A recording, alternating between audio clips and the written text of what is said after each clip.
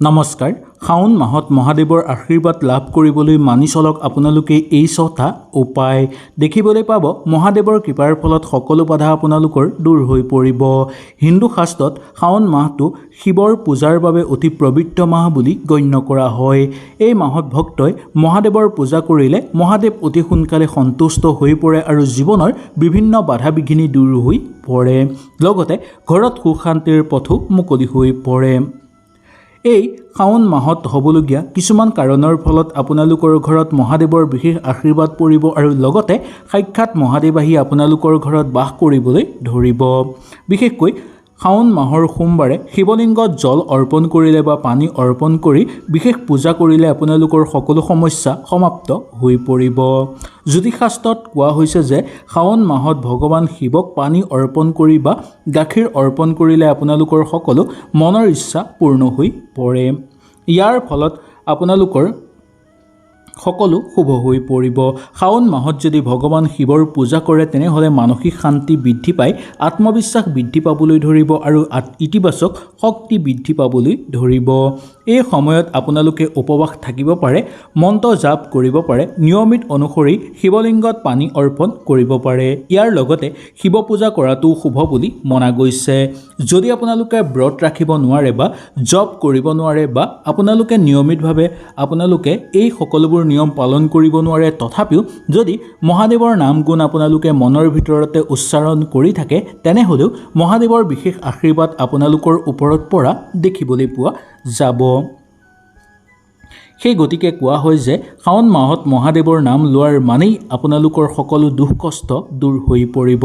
শাওন মাহত মহাদেৱৰ পূজাৰ কিছু গুৰুত্বপূৰ্ণ কাৰণ আছে।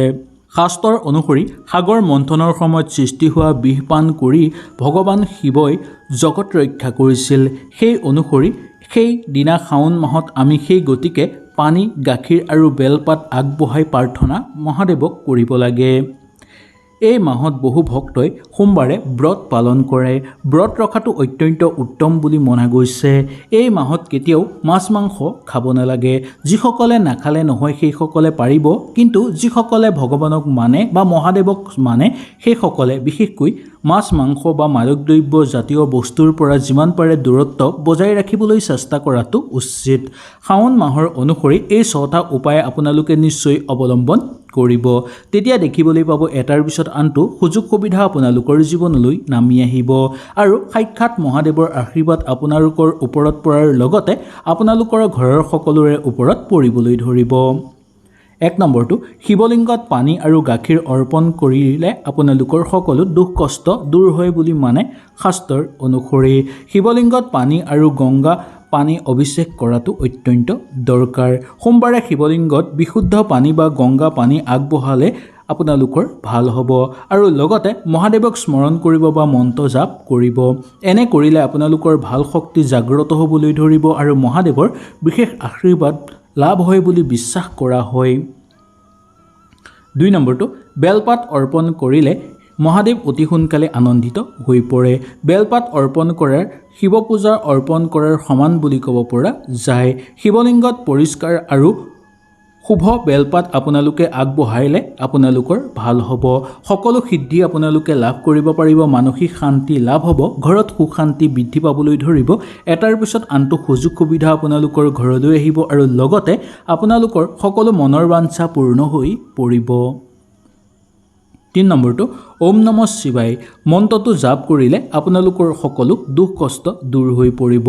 জ্যোতিষশাস্ত্ৰত উল্লেখ আছে যে শাওন মাহত নিয়মিতভাৱে ওম নমঃ শিৱায় মন্ত্ৰটো জাপ কৰিলে মানসিক একাগ্ৰতা বৃদ্ধি পাবলৈ ধৰে আৰু ইতিবাচক চিন্তা আপোনালোকৰ বৃদ্ধি পাবলৈ ধৰে। লগতে ইতিবাচক চিন্তাধাৰা আপোনালোকৰ বজাই ৰখাৰ ক্ষেত্ৰত সহায় কৰে।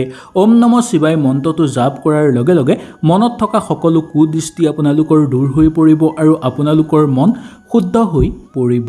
ইয়াৰ লগতে এই মন্ত্ৰ জাপ কৰাৰ লগে লগে সাক্ষাৎ মহাদেৱৰ আশীৰ্বাদ আপোনালোকৰ ওপৰত পৰিবলৈ ধৰিব, যাৰ ফলত আপোনালোকে এটাৰ পিছত আনটো সুযোগ সুবিধা লাভ কৰিবলৈও সক্ষম হোৱা দেখিবলৈ পোৱা যাব।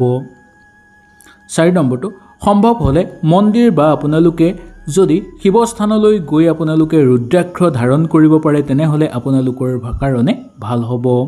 এই সময়ত যদি আপোনালোকে ৰুদ্ৰাক্ষ ধাৰণ কৰিব পাৰে বা শিৱ মন্দিৰ বা আপোনালোকে যদি শিৱস্থানৰ ৰুদ্ৰাক্ষ অৰ্পণ কৰিবও বিচাৰে তেনে ক্ষেত্ৰতো আপোনালোকৰ শুভ হ'ব। এনে কৰিলে মহাদেৱৰ বিশেষ আশীৰ্বাদ লাভ কৰিব পাৰিব। শাওণ মাহত আপোনালোকে যদি কোনো দৰিদ্ৰ মানুহক খাদ্য দান কৰিব বিচাৰে তেনে ক্ষেত্ৰতো দান কৰিব পাৰিব। ইয়াৰ ফলত মহাদেৱ অতি সোনকালে সন্তুষ্ট হৈ পৰাৰ উপৰিও মা পাৰ্বতীও সন্তুষ্ট হৈ পৰিব আপোনালোকৰ ওপৰত। ইয়াক মহাদেৱ শিৱৰ বিশেষ লাভৰ উপায় বুলিও কোৱা হয়। সেইকাৰণে এই শিৱৰাত্ৰিৰ সময়ত আৰু লগতে এই শাওণ মাহত যদি আপোনালোকে মহাদেৱক ওচৰলৈ গৈ দুখীয়া মানুহক যদি খাদ্য অৰ্পণ কৰিব পাৰে আপোনালোকৰ ভাল হ'ব। দান পুণ্য কৰাটো অত্যন্ত শুভ। শাওণত দুখীয়া মানুহক বা আপোনালোকে কোনো মানুহক বস্তু দান কৰিব পাৰে, এনে কৰাটো শুভ বুলি মনা গৈছে।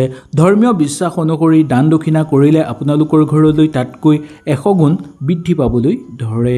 শাওণ মাহত আপোনালোকে নিৰামিষ খাদ্য গ্ৰহণ কৰক, সংযম হৈ থাকিবলৈ চেষ্টা কৰক আৰু সত্য কথা ক'ব। নিয়মিতভাৱে মহাদেৱৰ প্ৰাৰ্থনা আপোনালোকে কৰিব। লগতে মহাদেৱৰ যদি নাম গুণ আপোনালোকে গাব পাৰে বা ল'ব পাৰে তেনেহ'লে আপোনালোকৰ শুভ হ'ব।